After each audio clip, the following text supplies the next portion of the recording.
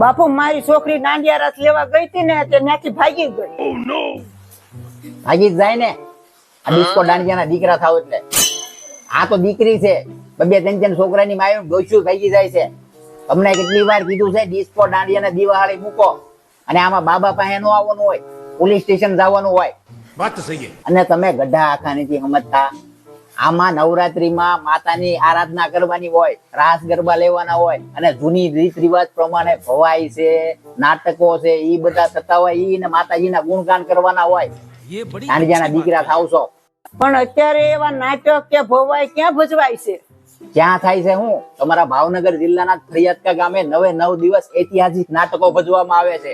એમાં નાના બાળકોથી લઈને વૃદ્ધોને સમજવા જેવી વાતો અને ઇતિહાસ જાણવા મળે છે. અને સૌથી મહત્વની વાત કે 33 વર્ષથી બાલા બહુચર માતાજીનો અખંડ જ્યોત જે ચાલે છે એના દર્શનનો લાભ મળે. એટલે તમે પણ લાભ લ્યો અને બીજાને પણ લાભ લેવાનું કહો. પણ અત્યારના દીકરા દીકરીને એવું ગમે? અત્યારની જનરેશન ને ગમે ને એ માટે થઈ અને નવી ટેકનોલોજી નો ઉપયોગ કરી અને ઇતિહાસ દર્શાવવામાં આવે છે. એટલે વહેલા જઈ અને જગ્યા રોકી લેજો. બાકી માનવ મહેરામણ ઉમટે છે ને એ જોઈ અને તમે અધધ થઈ જઈશો.